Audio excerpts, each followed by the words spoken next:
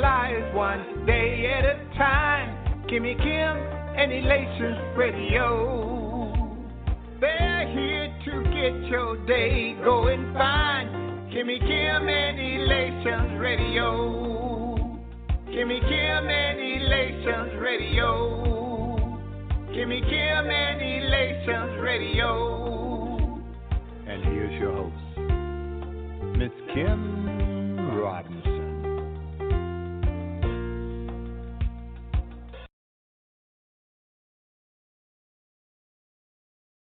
What's going on, everybody? Charles McCutchen here. I'm your favorite entrepreneur.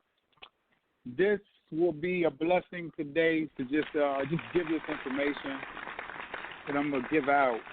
Helping a lot of people along this journey. I want to say welcome to Charles's Corner as we dive in. And everything I give, it all comes out to financial freedom. I give stuff on real estate, nonprofit, business, credit. Funding is like number one in marketing. You know, I know I put out some stuff about marketing as well. So if you go to, you just follow Elation Radio, go online and go to iHeartRadio, and you can get a lot of the content that's already put out. So today I'm going to be speaking on some stuff that I'm actually doing right now. I like to speak on things that I'm actually doing, and that's like the best thing to put out there because it helps me out too because I'm putting everything into perspective. So today I'm going to speak on it's a project that I'm working on through my nonprofit helping homeless veterans. It's a 97-door hotel out in Oklahoma. So we've been going at it for a while, and I'm going to address how I'm using the nonprofit in that endeavor. So we have a couple different things that we're working with. Before I do that, since I'm going to bring up nonprofits, I get a lot of people that tell me they have a nonprofit, then we start digging a little deeper, and I find out they don't really have a nonprofit because they don't have the information from the IRS stating that they're tax exempt. And I think a lot of people get it confused with not for-profit, nonprofit, and for-profit, and it is confusing to a certain extent, but it's just information. So the nonprofit organization, you can call it a non-business entity or a not-for-profit organization or nonprofit institution. You have so many different people calling it so many different things. The basics of it is you're looking at it as a social cause. You're advocating for like a shared point of view. You're going to help out the community. So it's an organization, and you can have a surplus of revenue in that organization to further, put your goals out there and help your goals. And you don't have to limit. I know a lot of people think you have to limit the income and things of that nature, but you don't have to. And you can actually pay yourself in a nonprofit as well. Nonprofit, you get that tax-exempt letter. Or the charitable. You have a charitable organization. And I know a lot of us think of churches when we think of charitable organizations because they are, in fact, nonprofit organizations. And they do not pay income tax on the money that they receive for the organization. You can operate for religious, you can do scientific, you can do research, you can do educational. A lot of people do the helping type, and that type is the 501c3. There's different type of C's. There's C4, C5, C7.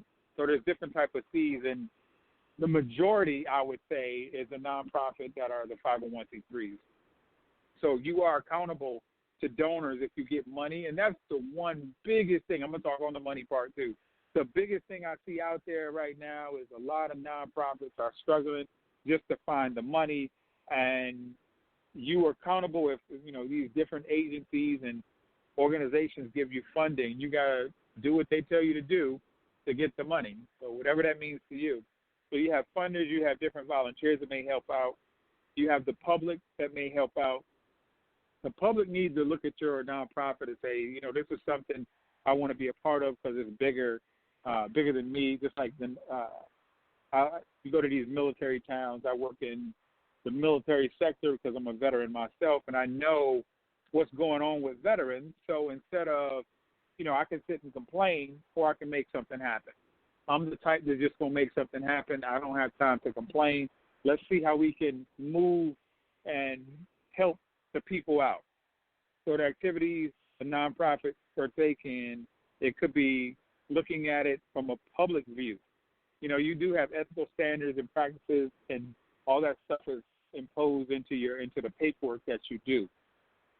So nonprofit is not just about generating a profit, but you do have to bring in enough to make sure that your goals can be met. And I see that's where, like I told y'all, a nonprofit fails, because you're along the journey of your nonprofit. A lot of people you can't make anybody do this type of work. You have to have that inside you, for one, and for two, there's nobody that's going to be like the biggest advocate of your business, your nonprofit, other than you. You're going to be the most excited. You're going to be, everything, because everybody has their own agenda and what they want to do. The only thing you can do is hopefully find people that want to help out in a bigger endeavor, and people that have the passion like you do, but nobody's going to run it, the way that you can. And that's just what I know. So you can get income from a lot of different ways. Most of it from a nonprofit is just donations. You got foundations, you got sponsorships, you have corporations. And I'm telling this right now, this is a perfect time. The month of August is when it starts. It's when a lot of different corporations and companies, they're looking, I got to be politically correct when I say this, they're looking to donate to more nonprofits. I'm going to keep it light. That's what they're doing. They're looking to donate with more nonprofits. So there's a big increase in people getting nonprofits in the last decade. So it's a little bit competitive of who's getting the money, making sure that your nonprofit is, maintains its financial stability. That's huge.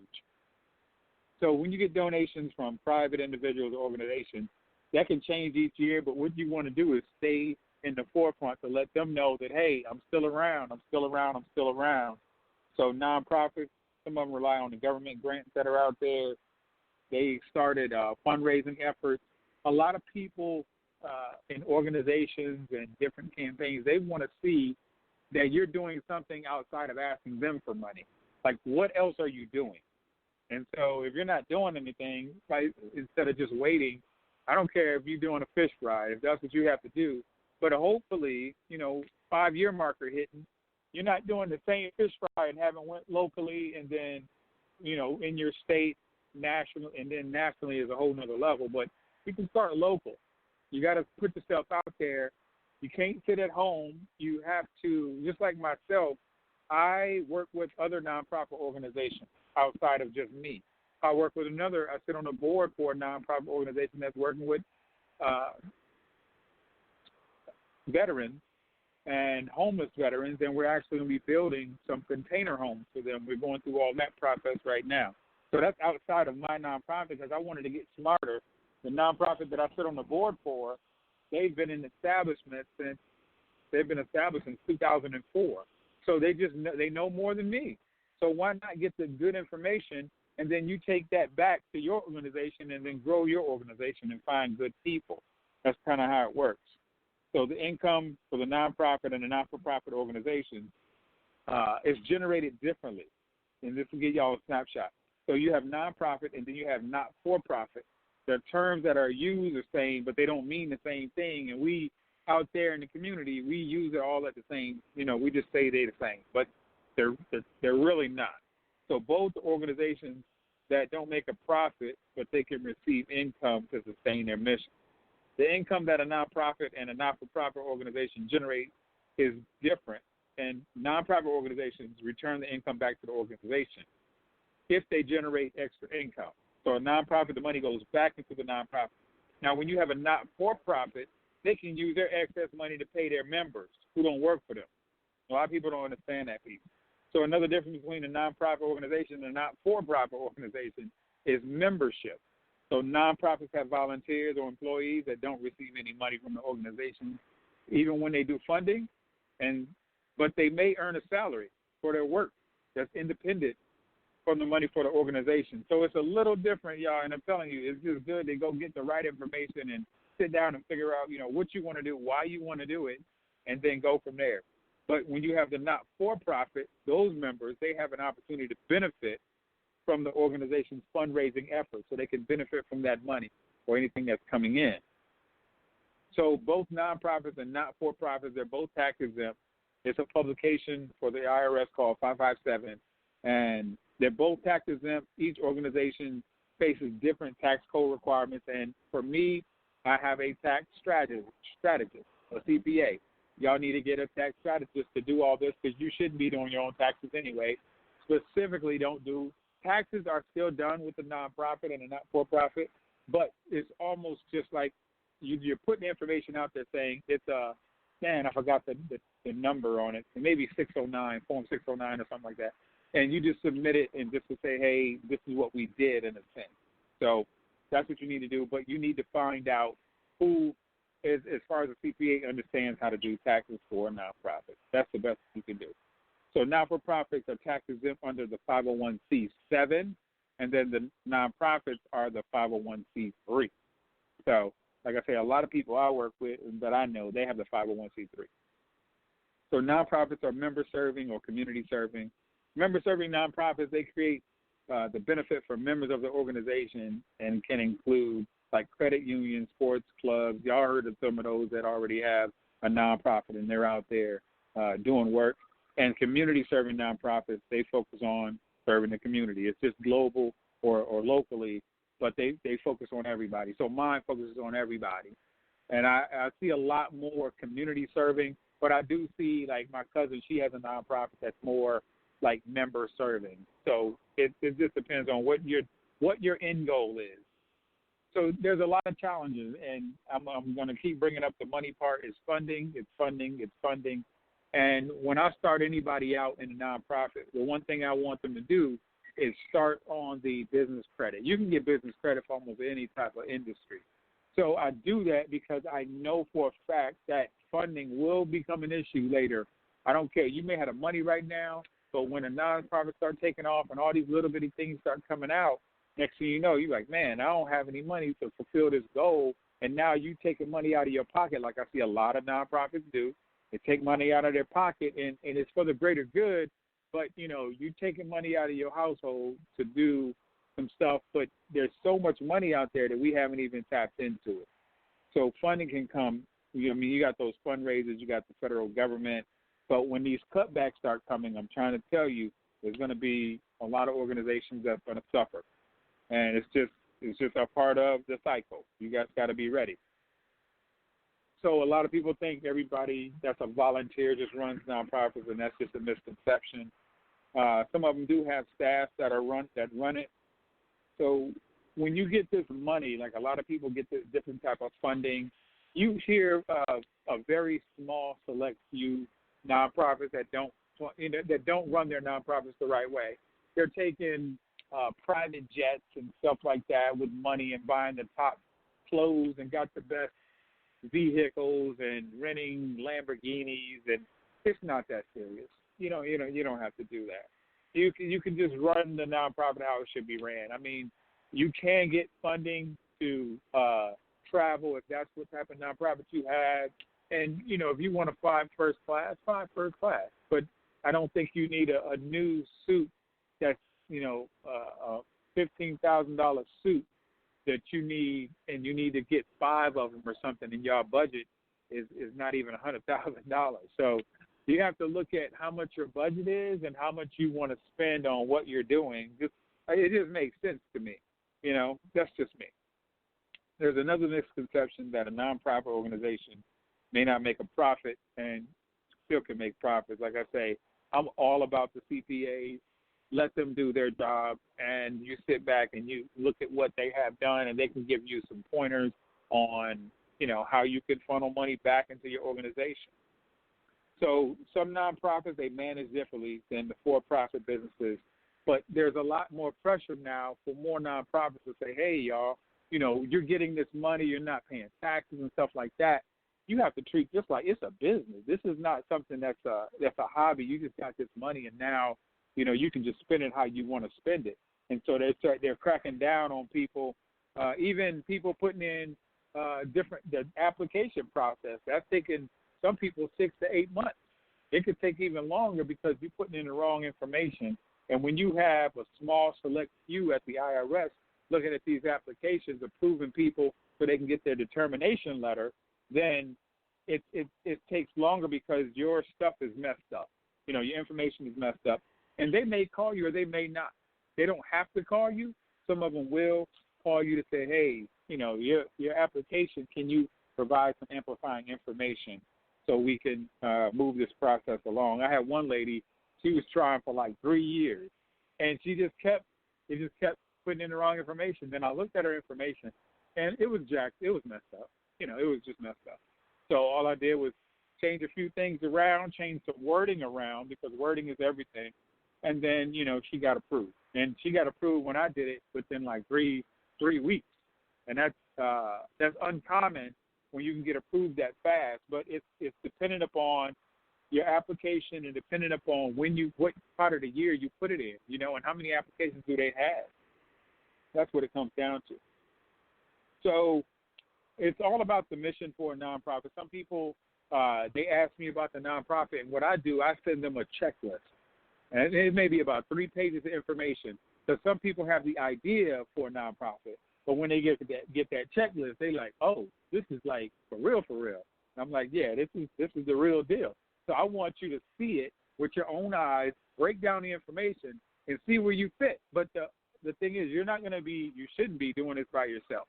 It shouldn't happen. If you are, then, along the road, you can find people that can help you.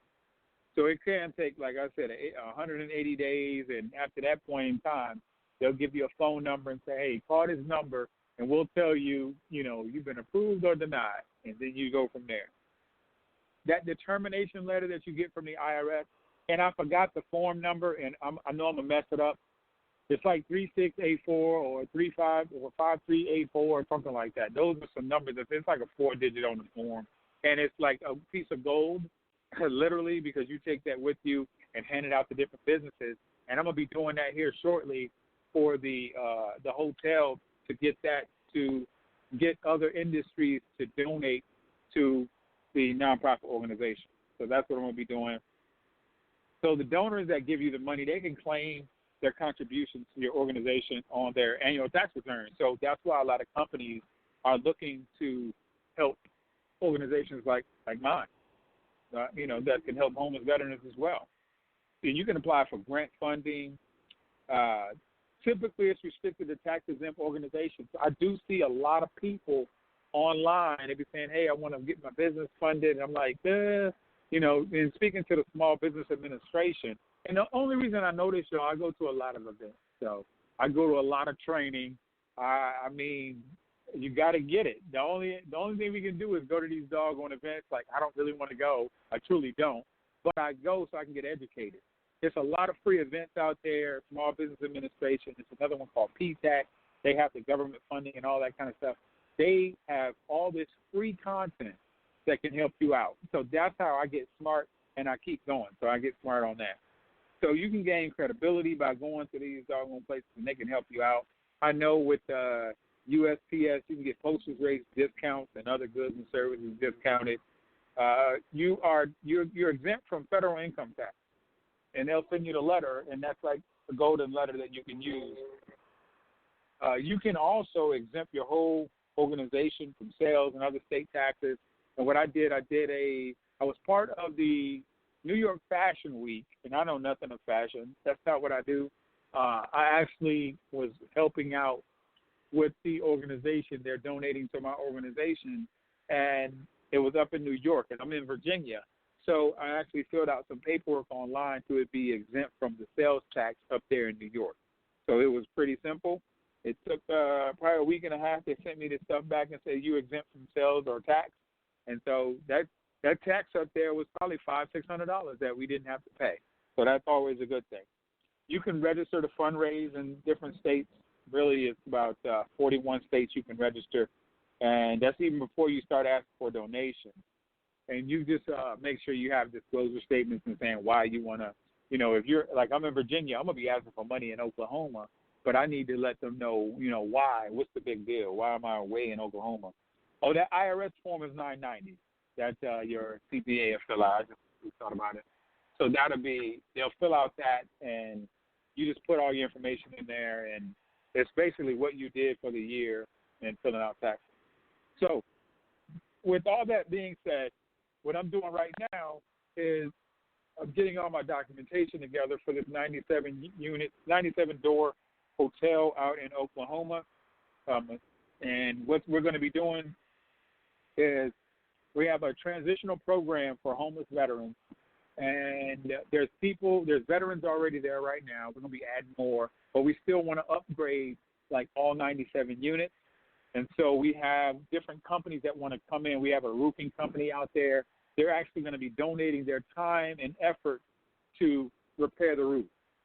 And they sign it off, with the documentation saying this is for a nonprofit, so they can get compensated, via their taxes. We have organizations called HUD, that's the Housing and Urban Development. They're on board helping us out there. We have an organization called Volunteer of America, and they help people to rebuild their lives and everything of that nature. So they're out there. I heard of Lowe's before. That's, the home improvement store. They're going to be helping out. We have a company called Lock Supply. They provide plumbing, electrical, and HVAC for the units and things of that nature. So they're going to be helping out. We have a company or organization called Cherokee Nation, and they provide employment training assistance and job opportunities. They're going to be doing that for the veterans. We have SCORE, and that's another place that y'all need to go to, and we have SCORE volunteers. What they do is they work with the Small Business Administration to provide small business mentoring and training for entrepreneurs. And so that's always a good resource. We also have Habitat for Humanity, and y'all ever know about them? They help people fix houses and stuff like that. They bring in families, volunteers, resources together to help more in the affordable housing and low-income areas. We have another company called CABOIS. That's a community action agency, and they want to help eliminate the causes of poverty. And so they do like the mental health, the physical and social well-being, they do all that. So we have a lot going on, and we're getting more and more organizations to help out in this endeavor. I'm actually going to be sending out letters and documentation to a lot of military organizations and just basically telling the story of what's going on out there to see really how much help we can get. I have a couple of different organizations that I just went online and downloaded, and now I have to submit information to them to see, I don't care if it's a grant. It doesn't really matter to me, but my goal is to take it to TV, take it to radio, do some PR, press releases and everything like that. And we have the people in the area that we're going to be working in. They know what's happening because I already have people on the grind out there, so I don't have to be there like every day or anything like that. But I definitely still have to fly out there a few different times to get everything set up. The goal is to make it habitable, and for me, it's more of an upscale and make it to where we can help, these veterans to transition to permanent housing. So it's a two-phase program. So we're going to transition them to permanent housing and just get them on their feet. Nothing wrong with that. Nothing wrong with helping. And I do know that there's a huge need across the country for homeless veterans. And I know it's a big concentration of homeless veterans in California. It's in Fayetteville, North Carolina. It's in Houston, Texas. I mean, I went up to D.C. It's like I go to all these different places. And see all these homeless veterans, and it breaks my heart because it's like, they gave the ultimate sacrifice to put their life on the line to serve this country, and that's what they get. So for me, I'm passionate about it, and I don't care what happens. I'm going to make it happen no matter what, period. So you can give me all the red tape. I can get all the hurdles. I'm going to jump over everything. It doesn't matter. It's just a matter of time before it gets up and running. We're going to do the ribbon cutting and bring out all the political folks, whoever want to come out there, doesn't matter to me, and then move on and do the next one.